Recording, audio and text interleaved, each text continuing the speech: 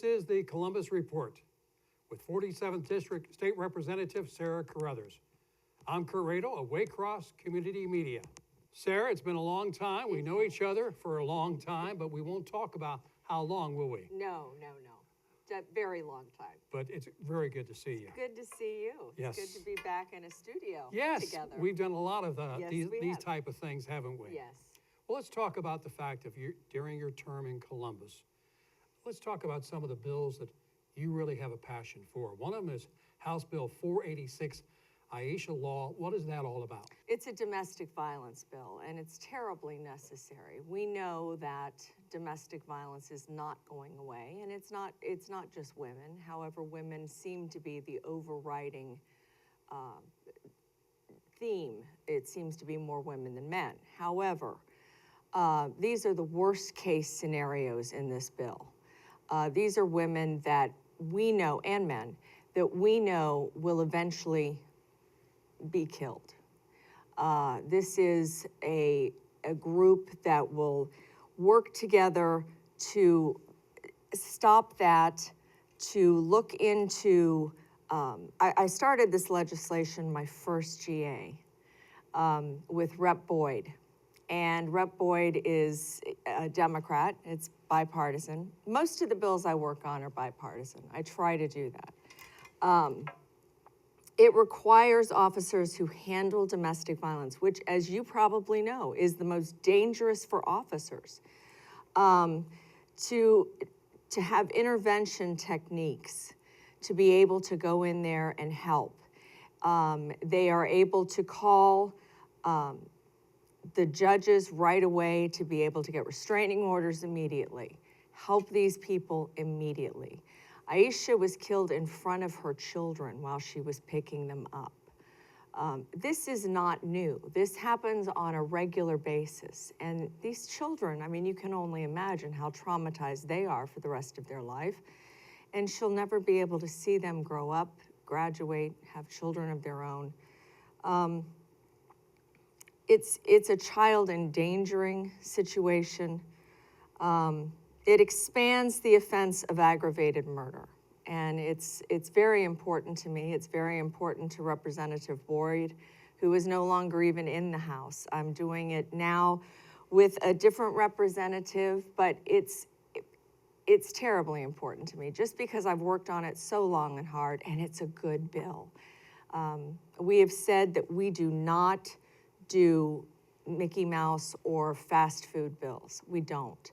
We do bills that are strong bills. We have 14 different iterations of this bill.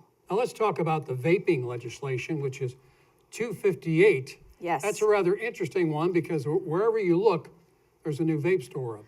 You know, and it's sad because there is no control on this. And, you know, Republicans are notorious for not having regulations. I don't like regulations on a lot of things, but some things need regulations. These kids are thinking that it's safer than smoking. Some parents don't even mind this because they think it's safer. It is not. It is much more dangerous as far as I'm concerned. The problem is these stores that are popping up are selling to underage children. This bill wants to stop that. It is a very easy bill. There is nothing in it that is, you know, so difficult to figure out. It just wants to stop underage vaping. If you're not 21, you shouldn't be able to vape. You shouldn't be able to buy it. And it's not a question of their packaging. They're getting it in stores all over. We've had the police, the sheriffs, numerous people, doctors come in and testify for this. It needs to be stopped and it needs to be done this GA. It needs to be done immediately. I know it's a rampant issue because the fact is huge. There are so many of them popping up all the time. Now, let's talk about something that's dear to my heart because I am a dog lover. Yes. I know you are a dog lover. I am. And I love Lassie's Law. Let's talk about, for those who don't know, there was a show called Lassie. Yes. Many years ago. Many. I years met ago. Lassie, as a matter of fact, so this means a lot to me. The first generation, not the first. The first generation. Really? Yes. Because there was like 4 or 5. Lassie was a television show that was ran for years, and Lassie saved people, And saved Timmy kids. was always in the well. Yes, Timmy was always in the well and rescued. But tell us about Lassie's Law, which is House Bill 379. Lassie's Law, here again, I mean, these are no-brainer laws. This is for dogs and cats, family pets. You know, we pass every day on the road. I do, especially driving to and from Columbus. You pass animals on the road, pets that have been hit. And what this does is it has road crews take out a microchip gun, sort of, check what the microchip is, and be able to contact the owner of that pet. Now, in 24 hours, and I want to be sure and double check this, in 24 hours, they must retrieve the pet's remains. If they do not, then the city or the government can do what they want to with that pet. However, let's say you have a pet that's been hit and you don't know what happened to it, or you want to dispose of the body yourself. You know, we've always buried our animals, and it's always meant something to me. That would be when they would contact you. You would say, fine, I will go pick up the animal, the body, and you would be able to do with what you would like. I think it's just a heartfelt bill, something that's important. It really is not, here again, it's a no-brainer. The scanning guns really are very fairly priced. They're maybe $50 a pop, I think, and they can carry it in the car. And I don't really think anybody minds doing it. It's not taxing, it's not a problem.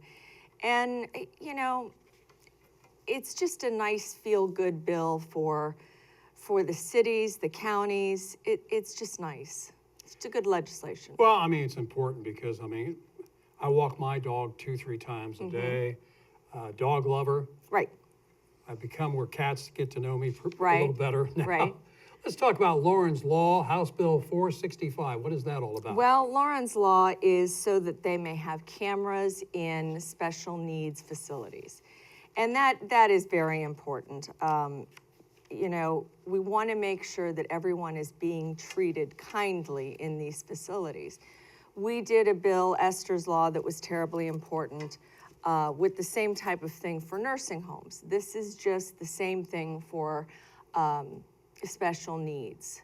And it really is the same type of legislation, just making sure that they are being treated well and not harmed in any way, beaten. It's the same type of legislation, taken care of in a proper manner with respect. Sarah, let's also go on this particular question I wanted to ask you. What do you feel are the top 2 or 3 issues that are still facing Ohio beyond these particular bills that you have a passion for? Honestly, I think one of the things that we have to watch out, and this is Ohio, but as a nation, and we're facing it right now with issue 1, is dark money.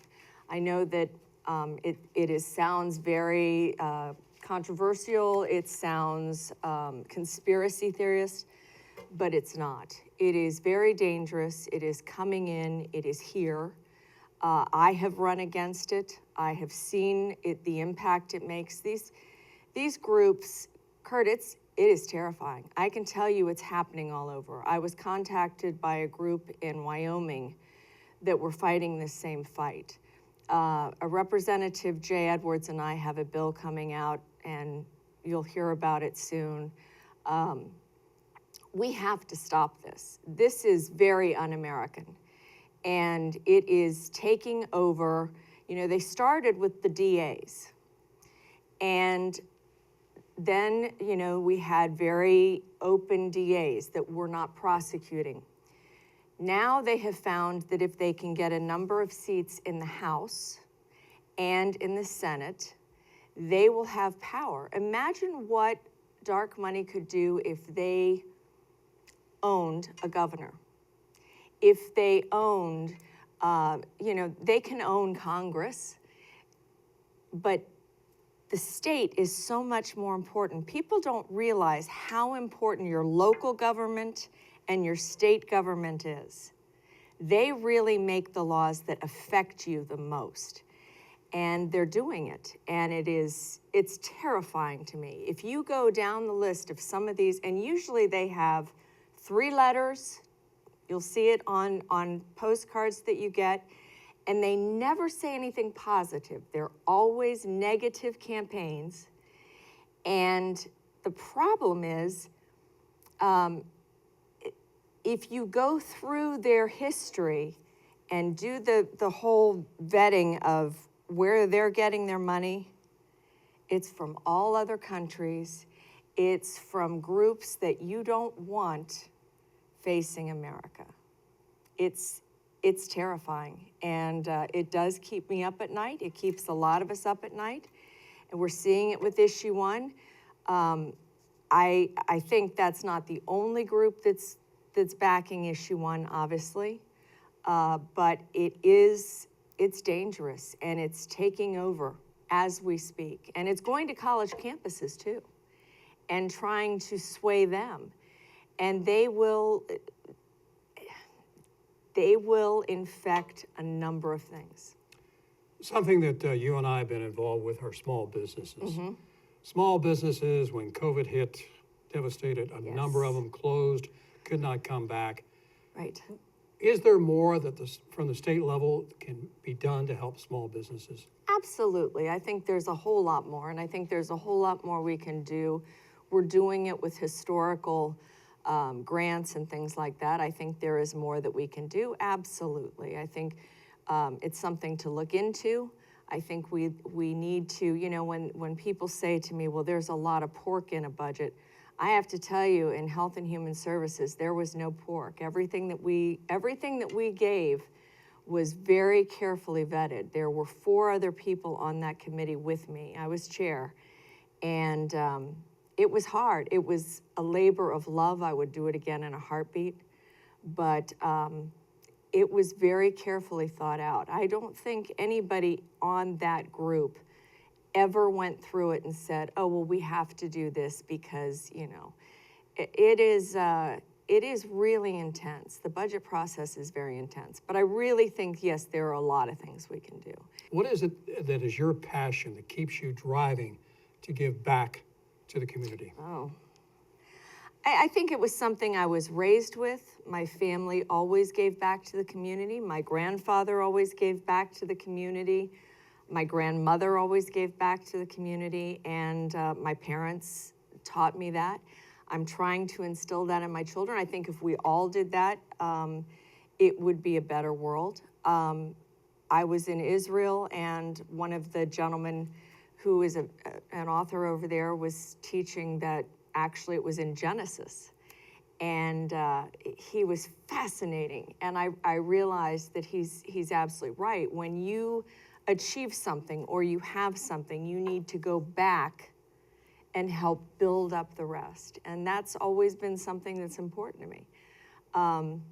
It's very sad to me to think that so many people that help build communities that I see are not still here to see how fabulous it's gotten. But,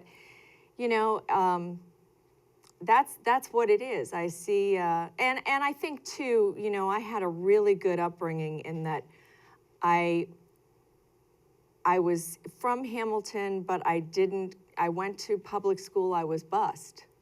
And so I saw what happened on the other side of my life. And I appreciate the struggles of those people, and I want to help. It's not easy, and I can only imagine right now with prices. I mean, my God, my grocery bill's insane, and I only have 3 of us in the house. So I don't know what a mother of 5 does. I can't even imagine. Sarah, it has been a joy to see you. It has, Kurt. It's been a great joy to see do you. this again. Yes. It's like we've gone full circle. I haven't know, we have. But thank you so much. And thank you for letting me talk about these very special bills, because they really are important. They're important to Ohio. They're important to families. They're important to people. And you really need to promote them locally and let people know. Thank you for being with us. Thank you. This has been the Columbus Report. I'm Kurt Radel, Waycross Community Media. We'll see you next time.